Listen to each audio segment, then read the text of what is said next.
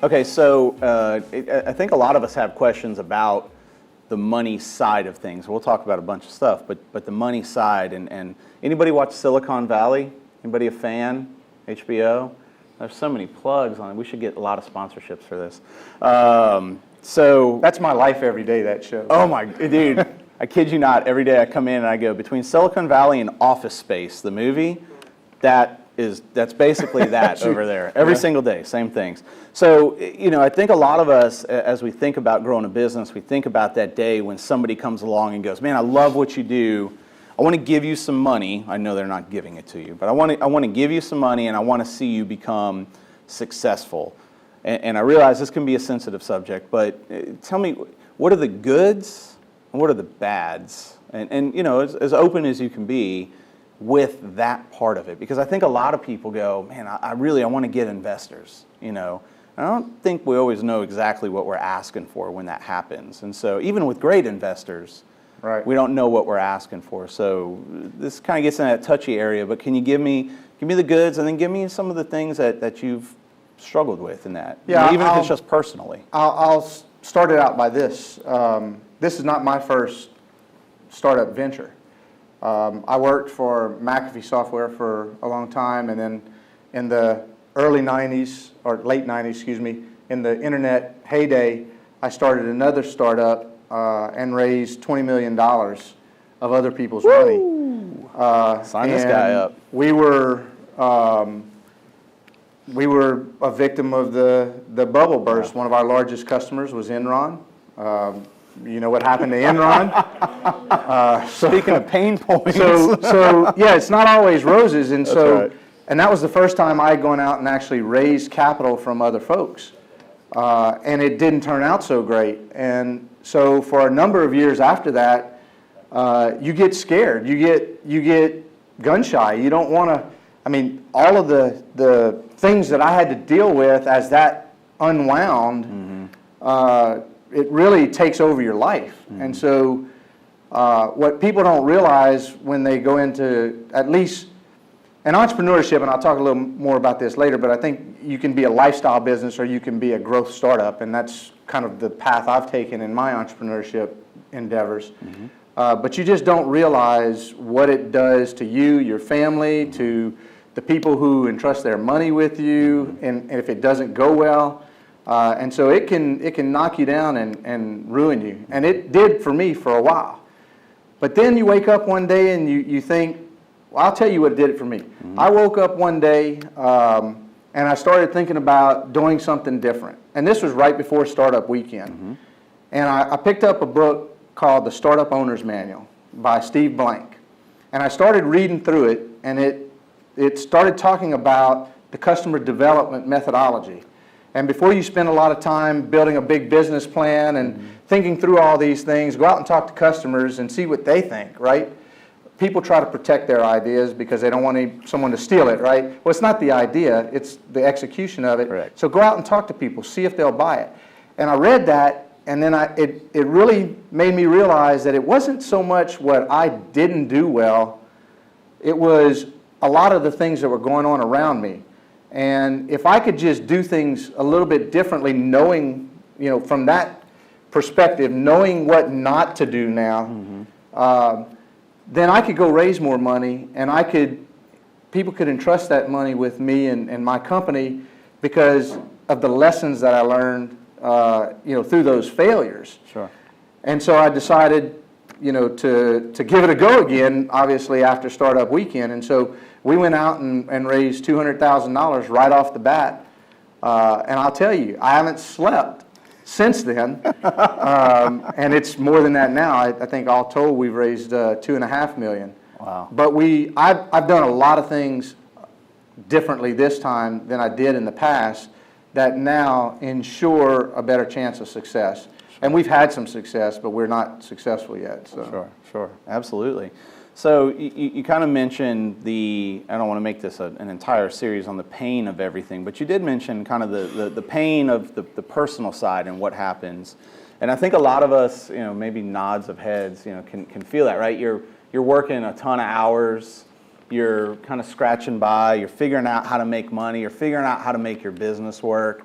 and you're kind of, yeah, I can give you my story, right? You kind of get to that crossroads where you're like, man, I either got to be in or I got to be out, because it's starting to hurt. I mean, I ended up in a situation where I sold my house, I sold my car, I broke up with my girlfriend. Like, I moved in with my mom. How attractive was that, right? You know, yeah, that was great for dating. I live with my mom. Trust me, it's a good decision, right? Warning flags all over the place. Especially when you're broke, right? Oh, dude, it was amazing. But it was that point, right, where you kind of had to go like, am I in or am I out? Because everything was kind of, for me, was kind of crumbling on this one side, but I had to make that choice. What direction am I going to go? So I'd like to hear, you don't have to tell that kind of story, but have you been at that crossroad? Something similar, not necessarily maybe that disastrous, but have you been at that crossroad, and what was your mentality? Like, how do you make your decision to get there? I can tell you my mentality. I was 26 years old. I was like, I don't have anything, so if I burn it all to the ground, I'm not anywhere where I am. I didn't have kids. I wasn't married. House wasn't that fancy. I could still live with my mom, so it was still socially acceptable. So at that, tell me about a situation where you've kind of been there at that crossroads, and then more importantly is, what was the decision-making process? How did you kind of figure out what that next step is? Because really, both decisions are good or could be bad. You just have to make one. Right. Yeah, it's, I'm fortunate. My wife's a registered nurse. She was going to always have a job. So I'm an entrepreneur, and when she married me, she knew that. And so, we kind of had that understanding early on that, of course I was with McAfee at the time, which was a pretty stable company. But, when I decided I was going to go this route, I knew I had to have a support system around me to make that decision, because I think you said one thing that is the number one problem that I see with entrepreneurs, even people that come talk to me today, is they're halfway in and they're halfway out, right? And I've got friends who are the best entrepreneurs in the world. They've just always worked for somebody else, right? And they have great ideas, and they have, I'm gonna make this work, but they can never leave that stable income, right? And I've never had to be in that position, I guess, so it was easy to be an entrepreneur in that sense. But it does take a toll on your family. I mean, when your kids, rely on you to be part of the breadwinning of the family, and you're an entrepreneur, and for a while it's really good, and then, bam, it just gets really, really bad, and it does. Then you start to wonder. But I think what you have to do is, stay true to your convictions as an entrepreneur, and decide that if you're going to go into entrepreneurship, I'll tell you this, you have to be 110% all the way in. You can't do it halfway. If I ever give anyone any advice about entrepreneurship, that's it. And you watch Shark Tank and these things, and they tell you, you'll hear Mr. Wonderful saying, well, you're wanting me to run your business, right? Well, that's really what it amounts to. You can never go raise money if you're not 100% in. So you have to commit to it. And so you have to have a support system around you that allows you to commit to it full time. So I guess another piece of this is that there's so much pressure on you, right? On us. I had a conversation, May and I had a conversation a second ago, right? Talking about, as an entrepreneur, you're on an island. And let me kind of explain what I mean is, when you're in that rough patch, right? Again, when we're doing well, man, you run around, beat your chest, there's nobody stronger than me, right? But when you're struggling, you can't go talk to your employees because you have to be the strength, right? You can't go talk to your vendors because they can't know that you're struggling, right? You can't talk to your clients because, man, you'll scare them off. You can't really talk to your spouse or your family because they don't understand the same problems that you're running. They're not even problems, it's challenges, right? So you're on the entrepreneur island. And if you don't have a peer group around, what do you do? So when you, and I know, I know you well enough, I know that we all hit that place. When you get there, what do you do? Where do you go? Yeah, so I always thought all those same things that you just said, right? What I've learned with WAITR, certainly in the beginning, because we've gone through some significant growing pains. I mean, to put it in perspective, all of last year, 2015, we did 54,000 orders. In the 5 months this year, we've done 250,000 orders. Woo! So, I mean, that's growing pains, right? I mean, it's big time. And what I've learned is that you can go to those folks when times get tough. It's how you present it that matters. We just had a situation a couple days ago with, I don't remember exactly what it was, but it was a customer situation that was a problem with our software.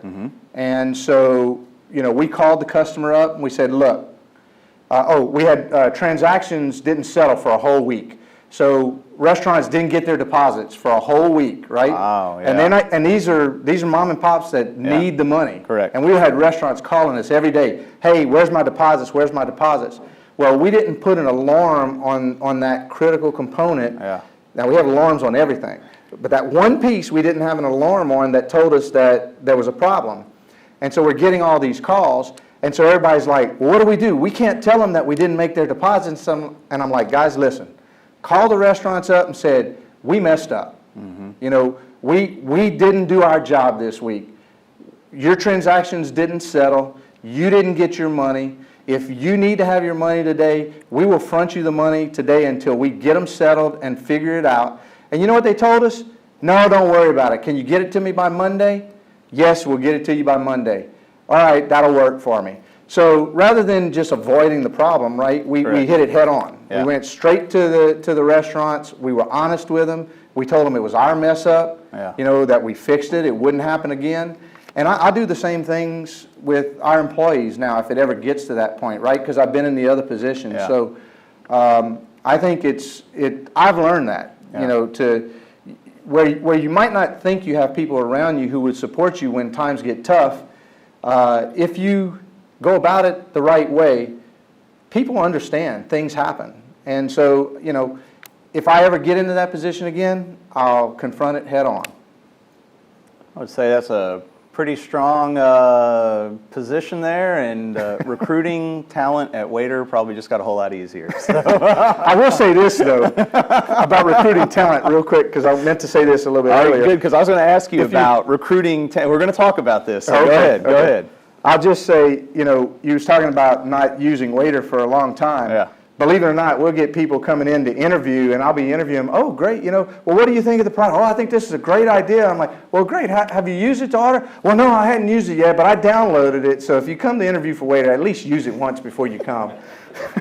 Yeah, I genuinely, and again, I'm going to give shout out to Jude, there came a point where I was so shamed, because I thought, these guys are in our entrepreneur center, right? We're helping them. We're having these discussions all the time. Man, I don't even drink our own Kool-Aid here. I was like, I'm that guy. I really am. He grabbed me. He literally grabbed me in the parking lot. He goes, tonight, order something. And I sure did. And I have not, and I have regretted it ever since. But we've been thankful. So. Oh, dude, it's been wonderful.